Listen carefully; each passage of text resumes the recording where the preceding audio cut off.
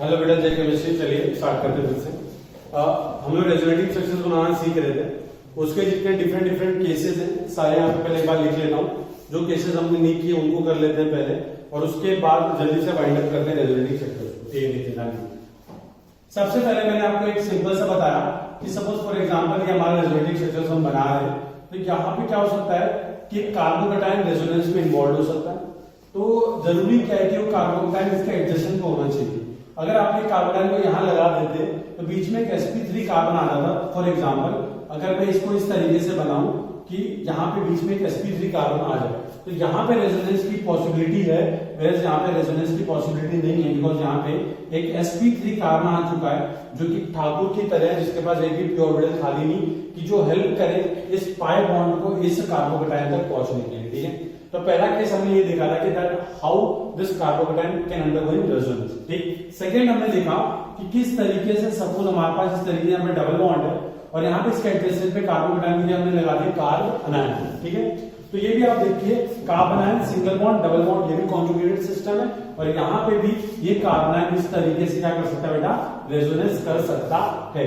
But अगर आप same अगर कार्बन आयन को यहाँ से उठा के अगर टर्मिनल पे लगा दें इस तरीके से, यहाँ पे लगा दें, तो बीच में एक sp3 कार्बन आ जाएगा, और sp3 कार्बन आने की वजह से यहाँ पे रेजोनेंस नहीं और यहाँ पे रेजोनेंस हो सकता है। अब फॉर एग्जांपल मैं क्या करूं कि यहाँ पे एक ग्रुप लगाऊं इस तरीके से, और यहाँ पे वापस एक कोई डबल बॉन्ड लगा दूं, और यहाँ पे मैं एक ग्रुप लगा दूं OH। क्या लगा दूं? OH। या फिर फॉर एग्जांपल फिलहाल मान लेते हैं कि हमने कोई ग्रुप नहीं लगाया हुआ है, यहाँ पे कोई भी X एटम है, हेलोजन नहीं, कोई भी X एक एटम है, या फिर कोई ग्रुप हो सकता है जिसके पास मिनिमम क्या हो बेटा, एक लोन पेयर है। ये भी केस देखा हमने। सिंस इसके पास लोन पेयर है, तो ये जो यहाँ पे रेजोनेटिव स्ट्रक्चर्स बनेंगे इफेक्ट, उसको हमने क्या बोला था, मीसोमेरिक इफेक्ट। और मीसोमेरिक में भी यहाँ पे आप देख सकते हैं कि इलेक्ट्रॉन क्या किए जा रहे हैं बेटा, डोनेट जो ले जा रहे हैं, क्या है, डोनेट किए जा रहे हैं, जिसकी वजह से हमने बोला इसको क्या होगा, प्लस एम इफेक्ट, मीसोमेरिक इफेक्ट। ठीक है, वो प्लस वाला क्यों, क्योंकि यहाँ पे इसका क्या है, पुश इफेक्ट है, पुल है, पुश इफेक्ट है। वैसे अगर हम क्या करें, सेम अगर हम इस तरीके से कॉन्जुगेटेड सिस्टम बनाएं और यहाँ पे हम क्या लगा दें, एक C double bond O group लगा दें, या एक S डबल बॉन्ड O वाला ग्रुप लगा दें, N डबल बॉन्ड O वाला ग्रुप लगा दें, तो यहाँ पे देखो क्या होगा, double single double single double conjugated system है।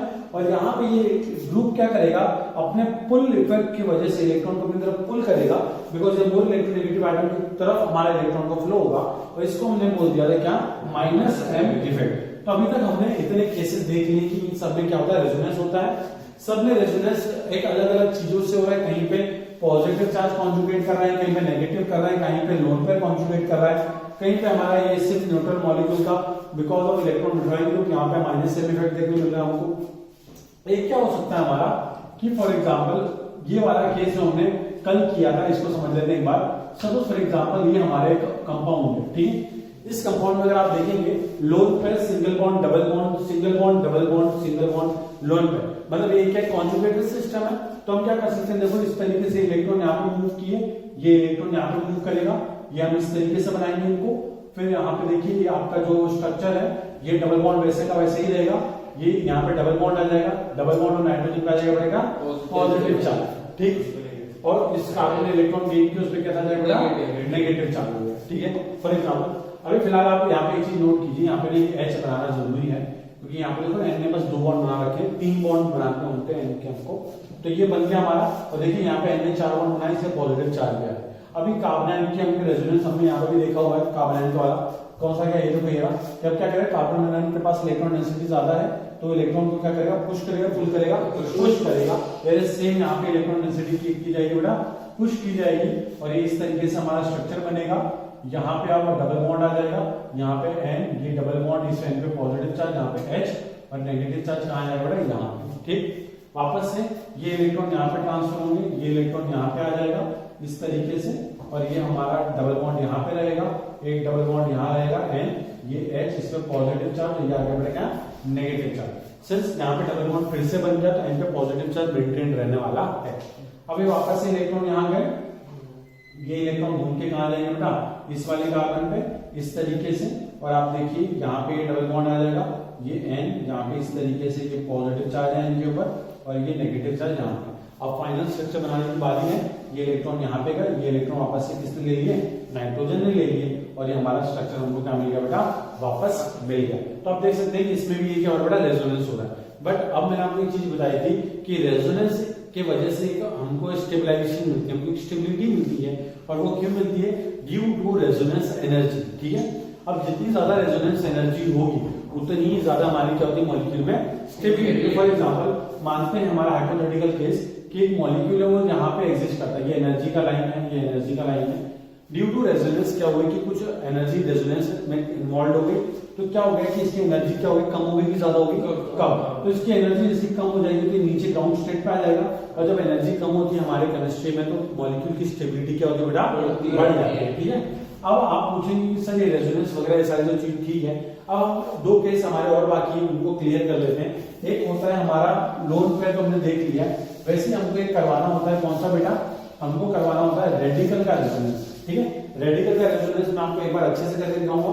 अगर आपको रेडिकल रेजोनेंस समझ में नहीं आता है तो it is almost similar to the carbanion का resonance, the only difference is वहां पे एरो डिफरेंट बने। कैसे, देखो ध्यान रखो, सिंपल सा केस लेता हूं, समझ लो ये है हमारा, ठीक है, ये कार्बन पे अनपेड इलेक्ट्रॉन, इसको क्या बोलते हैं बेटा, रेडिकल बोलते हैं, कार्बन रेडिकल बनता है कैसे बेटा, होमोलिटिक बॉन्ड ब्रेकिंग से बनता है। ठीक है, अब देखना बड़े ध्यान से देखना, ये इलेक्ट्रॉन क्या है कि ये इलेक्ट्रॉन इस कार्बन को लालच देता है कि देख बेटा मेरे पास क्या है बेटा, एक अनपेड इलेक्ट्रॉन है, तो तू भी कहीं से अनपेड इलेक्ट्रॉन का जुगाड़ कर ले, तो अपन क्या बना लेंगे मिलके, पाई बॉन्ड बना लेंगे।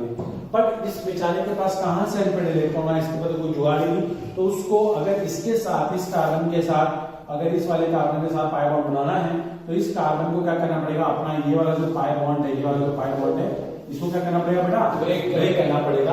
पर ब्रेक किस फैशन में करना पड़ेगा, होमोलिटिकली। क्यों, बात समझना, अगर इसने बॉन्ड ब्रेक कर दिया कैसे, इस तरीके से, ठीक है, अगर ऐसे बॉन्ड ब्रेक कर दिया तो यहाँ रेडिकल बन जाएगा, यहाँ कार्बन आयन बन जाएगा, यहाँ पॉजिटिव चार्ज। बट आप एक चीज देखिए, यहाँ पे दो इलेक्ट्रॉन, यहाँ पे एक इलेक्ट्रॉन, बट एक बॉन्ड बनाने के लिए कितने इलेक्ट्रॉन चाहिए, दो, तो यहाँ पे बॉन्ड बन पाएगा कभी नहीं, उल्टा ये बहुत अनस्टेबल है, तो ऐसा होने वाला नहीं।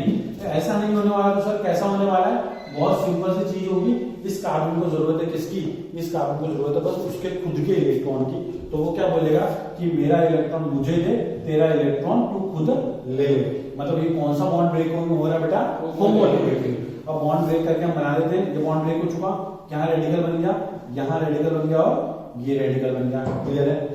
अब ये रेडिकल रेडिकल आपस में मिलकर क्या बना लेंगे बेटा, पाई बॉन्ड, और ये देखो ये दोनों एक दूसरे की क्या हो बेटा, रेजोनेटिंग स्ट्रक्चर। सिंपल से देखो बन गया ना आराम से। अब इसी को क्या कर सकते हैं हम इसको एक्सटेंड भी कर सकते हैं, कैसे, अगर मैं यहाँ पे क्या कर दूं और इस तरीके से क्या लगा दूं बेटा, पाई बॉन्ड की चेन लगा दूं, तो कैसा होगा, देखो वापस ये इलेक्ट्रॉन ऐसे ब्रेक होगा, ये इलेक्ट्रॉन ऐसे ब्रेक होगा, सॉरी ये एरो डबल वाला नहीं बनेगा, कौन सा वाला बनेगा बेटा, सिंगल वाला, क्योंकि ब्रेकिंग कैसी हो रही है, होमोलिटिकली। देखो यहाँ भी इस तरीके से ब्रेक होगा, तो ये हमारा जो डबल बॉन्ड का पूरा सिस्टम है इसको ऐसे बना देंगे, ये यहाँ पे आ गया, इसके पास एक रेडिकल, ये बॉन्ड ब्रेक करने की वजह से यहाँ पे एक रेडिकल आया, और यहाँ पे एक रेडिकल, ये रेडिकल रेडिकल मिलकर क्या बना लिए, बॉन्ड, यहाँ पे ये, यहाँ पे पाई बॉन्ड, फिर से होगा, ये बॉन्ड वापस होमोलिटिकली ब्रेक होगा, यहाँ रेडिकल मिलकर क्या बना देंगे, पाई बॉन्ड, रेडिकल क्या होगा यहाँ।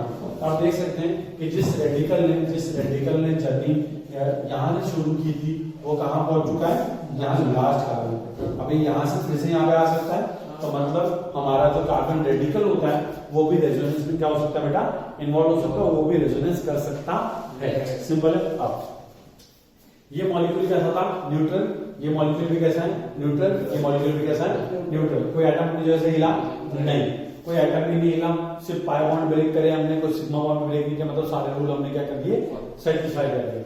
अब हमको एक और केस देखना होता है रेडिकल के अलावा, वो होता है कि resonance due to the empty d orbital या फिर लुईस एसिड। ठीक है, अब इसका बात समझेंगे कि ये कहना क्या चाहता है हमसे। फॉर एग्जाम्पल इस तरीके से हमारे पास एक कार्बन चेन है, यहाँ पे डबल बॉन्ड, यहाँ पे डबल बॉन्ड, यहाँ पे डबल बॉन्ड। ठीक है, मैं क्या करता हूँ, यहाँ पे मैं एक ग्रुप लगा देता हूँ BH2, क्या लगाना होगा, BH2। ठीक है, अब हम सब जानते हैं इस कंपाउंड को, तो बहुत से बच्चे पहचानते भी होंगे। ये कंपाउंड का नाम क्या बेटा, इस कंपाउंड का नाम बोरिक एसिड है, इस कंपाउंड का नाम बोरेन, क्या है बेटा, बोरेन। और बोरेन BH3, ये क्या होता है बेटा, ये होता है लुईस एसिड। लुईस एसिड क्यों होता है, बिकॉज ये होता है हाइपोवैलेंट कंपाउंड। अब हाइपोवैलेंट कंपाउंड क्या, लुईस एसिड क्या, सब समझिए। बोरोन है, बोरोन के सराउंडिंग में कितने इलेक्ट्रॉन, 2 4 6, ये देखो सराउंडिंग में कितने इलेक्ट्रॉन बेटा 6 इलेक्ट्रॉन। और ऑक्टेट रूल क्या बोलता है कि स्टेबल मॉलिक्यूल के पास कितने होने चाहिए 8 इलेक्ट्रॉन, पर कितने कम है 2 इलेक्ट्रॉन कम है, तो मतलब ये क्या कर सकता है कहीं बाहर से 2 इलेक्ट्रॉन क्या कर सकता है ले सकता है, ठीक है। और जो लोन पे एक्सेप्ट करते हैं 2 इलेक्ट्रॉन एक्सेप्ट करते हैं उनको हम इंग्लिश में क्या बोलते हैं लुईस एक्सेप्ट, और जो देता है उसको क्या बोलते हैं लुईस बेस। मतलब कि यहाँ पे जो बोरॉन है इसके पास एक ऑर्बिटल क्या है बेटा खाली है, क्या खाली बेटा एक ऑर्बिटल खाली है, इस तरीके से बना रहे हैं ये क्या एक ऑर्बिटल इसके पास खाली है। अब जैसे हम देखते थे कि sp2 कार्बन के पास भी क्या खाली होता है p ऑर्बिटल खाली होता था, जिसके वजह से वो क्या करता था रेजोनेंस। तो आप देखिए ये बोरॉन इस कार्बन को क्या बोलता है कि मैं हूं गरीब, मैं हूं लुईस एसिड, मैं हूं एक हाइपोवैलेंट कंपाउंड, तो क्या आप मेरी हेल्प करोगे? बोला हाँ बिल्कुल करेंगे। तो ये कार्बन के बीच में जो पाई बॉन्ड था उसको क्या कर देता है ब्रेक करके किसको दे देता है बोरॉन को, ठीक है। अब बात समझना, देखो कैसे ये रहा कार्बन की चेन, ये इस तरीके से बना देंगे हम लोग, यहाँ पे हमारा बी ये H और ये H। अब बात समझना, बोरॉन ने इलेक्ट्रॉन क्या किए गेन किए, इलेक्ट्रॉन गेन किए ना, देखो इलेक्ट्रॉन यहाँ पे शिफ्ट हो रहा है, तो यहाँ पे क्या बनने वाला है पाई बॉन्ड, देखो इन दोनों के बीच में पाई बॉन्ड बन गया। बट बोरॉन ने इलेक्ट्रॉन लिए इसलिए उस पर चार्ज क्या आएगा नेगेटिव, सिंपल सी बात है। ये कार्बन ने अपने इलेक्ट्रॉन क्या कर दिए लॉस, तो उस पर चार्ज क्या आएगा पॉजिटिव, सिंपल सी बात है। और बाकी तो वैसे का वैसे। अब इसके बाद तो आपको पता ही है क्या करना है, ये इलेक्ट्रॉन डेफिशिएंट है रिच है, डेफिशिएंट मतलब क्या करेगा ऐसा एरो कि ऐसा एरो ऐसा ये इस तरीके। तो देखो बाकी हम लोग क्या करेंगे, ये थोड़ा मैं रफली बना देता हूँ, ये ऐसे करेंगे तो इसका मतलब क्या होगा, ये पाई बॉन्ड कहाँ आ जाएगा यहाँ पे, और पॉजिटिव चार्ज कहाँ आ जाएगा यहाँ, समझ आ गया। फिर उसके बाद क्या होगा सॉरी मैं सोचूं सिस्टम बिगड़ गया हमारा, ठीक है अभी बराबर है। तब क्या होगा ये इलेक्ट्रॉन यहाँ पे शिफ्ट होंगे और ये पॉजिटिव चार्ज लास्ट होंगे, तो इसको हम ऐसे बना सकते हैं आराम से, ये हमारा पाई बॉन्ड ऐसे बन जाएगा, पॉजिटिव चार्ज यहाँ, ठीक है। अब वरना क्या हो सकता है ये वापस से रिवर्स भी हो सकता है, कैसे देखो ये इलेक्ट्रॉन वापस से यहाँ गए, पॉजिटिव चार्ज वापस से आ गया, डबल बॉन्ड देखो वापस से आ गया, ये पाई बॉन्ड यहाँ गए, ये पॉजिटिव चार्ज यहाँ पे आ जाएगा, देखो यहाँ पे ये जाते ही यहाँ पे डबल बॉन्ड आ जाएगा, ठीक। फिर ये इलेक्ट्रॉन यहाँ गए, पॉजिटिव चार्ज किस पर आ जाएगा कुछ बिगाड़ देगा, न्यूट्रल, फिर ये दे देगा तो पॉजिटिव वापस से आ जाएगा न्यूट्रल, और ये वापस से क्या बच जाएगा हमारा ये कंपाउंड हमको वापस से मिल जाएगा, सिंपल सी बात है। अब एक बात समझेंगे बेटा कि ये सब तो ठीक है, मतलब आपको बस एक चीज समझनी है कि रेजोनेंस के लिए हमको ऐसा कोई ग्रुप चाहिए होता है कि या तो वो इलेक्ट्रॉन रिच हो या तो वो इलेक्ट्रॉन डेफिशिएंट हो। अगर वो इलेक्ट्रॉन रिच है तो वो इलेक्ट्रॉन देके रेजोनेंस करवाएगा कि लेके करवाएगा, देके। और कोई इलेक्ट्रॉन डेफिशिएंट है तो क्या करेगा इलेक्ट्रॉन लेके रेजोनेंस करवाएगा, ठीक है। अब बात समझेंगे कि ये रेजोनेंस से फायदा क्या होगा, बात समझो। देखो यहाँ पे मैं आपको नेक्स्ट टॉपिक पे ले चल रहा हूँ, बिकॉज हमने जितनी चीजें पढ़ी हैं इसको अप्लाई करना सीखना है, क्योंकि एग्जाम में ये नहीं आएगा, एग्जाम में इसका क्या आएगा एप्लीकेशन आएगा। कैसे देखो ध्यान दो, अगर मैं आपसे बात कर रहा हूँ बहुत अच्छे से सुनना, क्योंकि ये वाला केस एकदम क्लियर कर देगा आपके माइंड में कि ये प्लस एम और माइनस एम का फंडा जो है ये हमारे किस काम का है, ठीक है। यहाँ पे ध्यान दीजिए, आप बहुत अच्छे से सुनना। देखो ये कार्बन में नेगेटिव चार्ज है और ये रिंग से डायरेक्टली अटैच है, मतलब ये रिंग के साथ क्या कर सकता है रेजोनेंस, इलेक्ट्रॉन देके इलेक्ट्रॉन लेके, सिंपल है। अब बहुत अच्छे से सुनना, ये इलेक्ट्रॉन यहाँ पे शिफ्ट हुआ, ये इलेक्ट्रॉन कहाँ शिफ्ट होगा यहाँ पे, इतना क्लियर है। नेगेटिव चार्ज कहाँ पे आ गया इस वाले, ठीक। ये इलेक्ट्रॉन यहाँ पे शिफ्ट हुआ, ये इलेक्ट्रॉन कहाँ शिफ्ट हुआ इस वाले का, मतलब ओवरऑल जो नेगेटिव चार्ज था वो घूमने के काम पहुंच चुका बेटा पैरा पोजीशन पे, जहां पे क्या लगा हुआ बेटा एक NO2 ग्रुप लगा हुआ है, इतना क्लियर। अब यहाँ पे भी सेम होगा, ये इलेक्ट्रॉन घूम के पहले यहाँ पे आएगा, ये इलेक्ट्रॉन यहाँ से घूम के यहाँ पे आ जाएगा, क्या करके रेजोनेंस, ठीक। मतलब इट्स लाइक कि आप लोगों को पकड़म पकड़ाई खेलने की आदत है, पकड़म पकड़ाई खेलते खेलते एक ऐसे आप पड़ोसी के घर में घुस गए कि जो आपको खाना पीना देता है, और एक ऐसे पड़ोसी के घर में घुस गए कि जो आपकी पिटाई करता है, तो कौन से केस में हम स्टेबल लोग हैं? पहले वाले केस में तो कि वहां पे क्या हो रही है सेवा हो रही है हमारी, दूसरे केस में क्या हो रहा है वहां तो पिटाई हो रही है वहां पे, तो सिस्टम बिगड़ गया ना पूरा। अब बस अपने को यही देखना है कि ये जो NO2 ग्रुप है ये इस कार्बोनाइन के साथ, ये जो नेगेटिव चार्ज है इसके साथ बिहेवियर कैसा है इसका, क्या ये इसको स्टेबल करता है या फिर इसको अनस्टेबल करता है। वेरेज हमको ये देखना है कि ये जो OH ग्रुप है इस कार्बन पे जो नेगेटिव चार्ज आया है ये इसको स्टेबल करता है कि अनस्टेबल कर रहा है। अब इसको जूम मारते हैं, थोड़ा सा जूम आउट करते हैं, तो जूम इन करते हैं क्या आउट करते हैं, जूम इन करते हैं, ठीक है। तो ये कार्बन का नेगेटिव चार्ज है, ये वाला कार्बन, और इस पे क्या लगा हुआ बेटा, एक NO2 ग्रुप लगा हुआ है ना।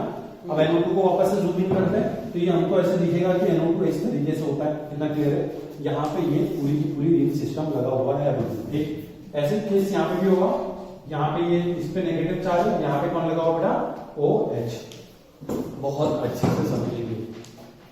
NO2 मैंने आपको पहले ही बताया कि देखो यहाँ पे ये रेजोनेंस हो सकता है इस तरीके से, हो रहा है कि नहीं हो रहा है, हो रहा है। और देखो ये रेजोनेंस कर रहा है और ये इलेक्ट्रॉन को क्या कर रहा है अपनी तरफ, पुश कर रहा है कि पुल कर रहा है, पुल कर रहा है, और इलेक्ट्रॉन को अपनी तरफ खींच रहा है, मतलब माइनस की प्लस है, माइनस है, मतलब यहाँ पे जो ग्रुप लगा हुआ है किसका इफेक्ट का दिखा रहा है, माइनस M का इफेक्ट दिखा रहा है, सिंपल है। अब जैसे इसने इलेक्ट्रॉन अपनी तरफ खींचे तो देखो स्ट्रक्चर कैसा बन गया, double bond N, single bond O, negative और एक कोऑर्डिनेट बॉन्ड O। मतलब जो पहले नेगेटिव चार्ज कार्बन पे हुआ करता था अब वो कहां जा चुका है, ऑक्सीजन पे।